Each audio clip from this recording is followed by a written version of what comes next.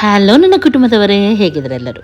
ಇವತ್ತು ನಾನು ನಿಮ್ಮ ಜೊತೆ ಶೇರ್ ಮಾಡ್ತಾ ಇದ್ದೀನಿ ಸೂಪರ್ ಆದೊಂದು ಬ್ರೇಕ್ಫಾಸ್ಟ್ ದೋಸೆ. ಕ್ರಿಸ್ಪಿ ಆದ ದೋಸೆ ಯಾರಿಗೆಲ್ಲ ಇಷ್ಟ ಇಲ್ಲ, ಎಲ್ಲರಿಗೂ ಇಷ್ಟ. ಅಂಥದ್ರಲ್ಲಿ ದಿಢೀರಾಗಿ ನಾವು ಈ ರೀತಿ ದೋಸೆಯನ್ನು ಮಾಡ್ಬೋದು.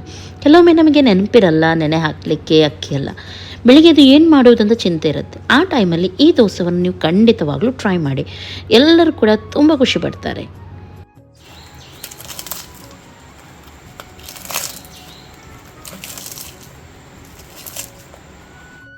ಇವಾಗ ಇದಕ್ಕೆ ಏನೆಲ್ಲ ಬೇಕು, ಒಂದು ಮಿಕ್ಸಿ ಜಾರಿಗೆ 1 ಕಪ್ಪಷ್ಟು ನಾನು ಸಣ್ಣ ರವೆಯನ್ನು ಹಾಕ್ತಾ ಇದ್ದೀನಿ. ಇಲ್ಲಿ ನಾನು ಸ್ವಲ್ಪ ಪ್ರಮಾಣದಲ್ಲಿ ಮಾತ್ರ ಮಾಡ್ತಾ ಇದ್ದೀನಿ, ಒಂದು 7ರಿಂದ 8 ಆಗುವಷ್ಟು. ಓಕೆ, ಇದಕ್ಕೆ 2 ಚಮಚದಷ್ಟು ನಾನು ಗೋಧಿ ಹಿಟ್ಟನ್ನು ಸೇರಿಸ್ತಾ ಇದ್ದೀನಿ.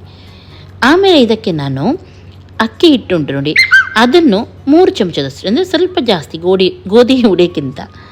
ಹಾಗೂ ಒಂದು 1/4 ಕಪ್ಪಷ್ಟು ನಾನಿಲ್ಲಿ ಕಡಲೆಬೇಳೆ ಹಾಗೂ ಸ್ವಲ್ಪ ಚಮಚದಲ್ಲಿ ನಾನಿಲ್ಲಿ ಮೆಂತೆ ಹಾಕ್ತಾ ಇದ್ದೀನಿ. ಇಷ್ಟನ್ನು ಫಸ್ಟಿಗೆ ಹುಡಿ ಮಾಡೋಣ. ಈ ರೀತಿ ಹುಡಿ ಮಾಡಿ ಇಟ್ಕೊಂಡಿದ್ದೀನಿ.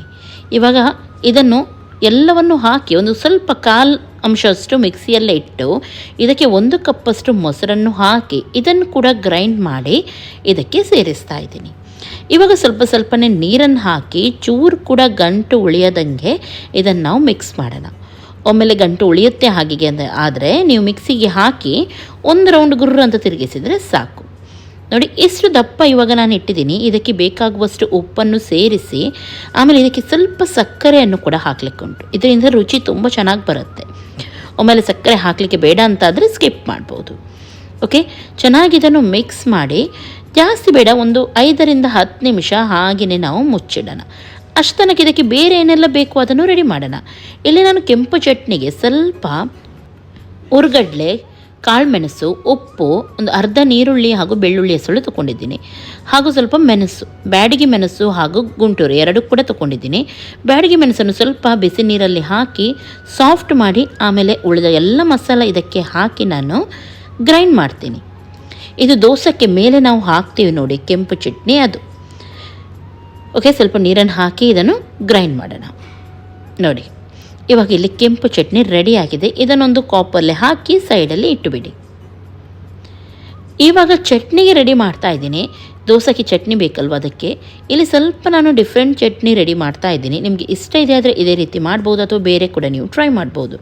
ಸ್ವಲ್ಪ ಸಕ್ಕರೆ ಹಾಗೂ ನಾನಿಲ್ಲಿ ತೆಂಗಿನಕಾಯನ್ನು ತೊಗೊಂಡಿದ್ದೀನಿ, 2 ಒಣಮೆಣಸು, ಸ್ವಲ್ಪ ಇಂಗು, ಒಂದು 1/4 ಸ್ಪೂನಷ್ಟು ಇಂಗು, ರುಚಿಗೆ ತಕ್ಕಷ್ಟು ಉಪ್ಪು, ಕೊತ್ತಂಬರಿ ಸೊಪ್ಪು ಹಾಗೂ ಕರಿಬೇವು ಸೊಪ್ಪು ಇಷ್ಟನ್ನು ಹಾಕಿ ಸಣ್ಣ ತುಂಡು ಹುಳಿಯನ್ನು ಕೂಡ ಸೇರಿಸಿ ಇದನ್ನು ಇವಾಗ ಗ್ರೈಂಡ್ ಮಾಡ್ತಾ ಇದ್ದೀನಿ. ಓಕೆ, ಇವಾಗ ಚಟ್ನಿ ಕೂಡ ರೆಡಿಯಾಗಿದೆ. ಬೇಕಿದ್ರೆ ನೀವು ಒಗ್ಗರಣೆ ಹಾಕ್ಬೋದು, ನಾನಿಲ್ಲಿ ಒಗ್ಗರಣೆ ಏನೂ ಹಾಕ್ತಾ ಇಲ್ಲ. ಇಷ್ಟೆಲ್ಲ ಕೆಲಸ ಆದಮೇಲೆ ಇವಾಗ ನಾನು ದೋಸೆ ಹಿಟ್ಟಿನ ಕಡೆಗೆ ಹೋಗ್ತಾ ಇದ್ದೀನಿ. ಇದಕ್ಕೆ ನಿಮಗೆ ಸೋಡಾ ಪೌಡ್ರ್ ಎಲ್ಲ ಏನು ಬೇಕಂತ ಇಲ್ಲ, ಬೇಕಿಂಗ್ ಸೋಡಾ ಎಲ್ಲ. ಒಮ್ಮೆಲೆ ನಿಮಗೆ ಕ್ರಿಸ್ಪಿ ಬೇಡ, ಸಾಫ್ಟ್ ಆದ ದೋಸೆ ಬೇಕಂತಾದರೆ ನೀವು ಸ್ವಲ್ಪ ಸೋಡಾ ಪೌಡರ್ ಹಾಕಿ ಇಡ್ಬೋದು.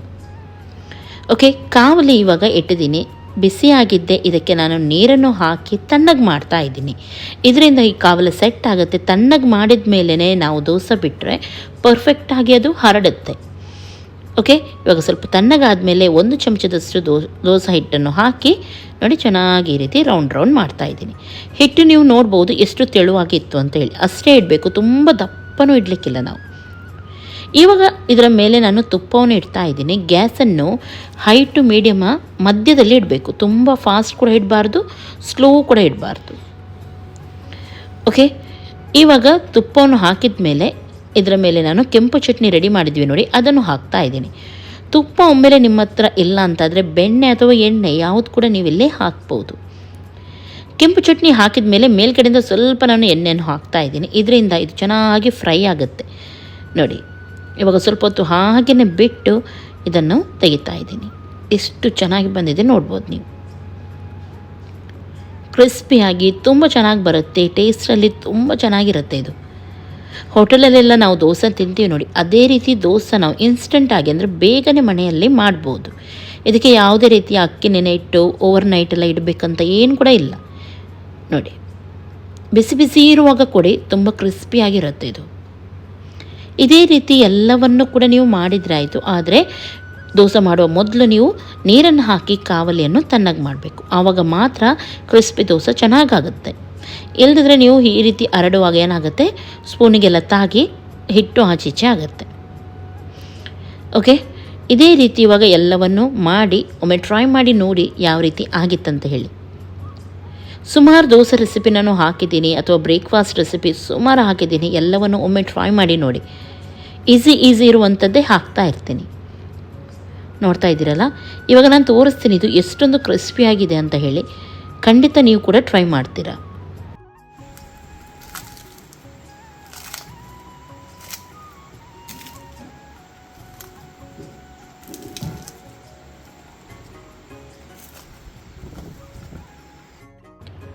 ನೋಡಿದ್ರಲ್ಲ, ತುಂಬ ಕ್ರಿಸ್ಪಿಯಾಗಿದೆ ಹಾಗೂ ತುಪ್ಪದ ಫ್ಲೇವರೊಂದಿಗೆ ಚಟ್ನಿಯೊಂದಿಗೆ ತುಂಬ ಸೂಪರ್ ಆಗುತ್ತೆ ಇದು. ಓಕೆ, ಇವತ್ತಿನ ಈ ರೆಸಿಪಿ ನಿಮಗೆ ಇಷ್ಟ ಆಯ್ತು ಅಂತಾದರೆ ಒಂದು ಲೈಕ್ ಮಾಡಿ, ನಿಮ್ಮ ಫ್ರೆಂಡ್ಸ್ ಜೊತೆ ಎಲ್ಲರ ಜೊತೆ ಶೇರ್ ಮಾಡಿ. ಎಲ್ಲರಿಗೂ ಟೇಕ್ ಕೇರ್, ಬಾಯ್ ಬಾಯ್.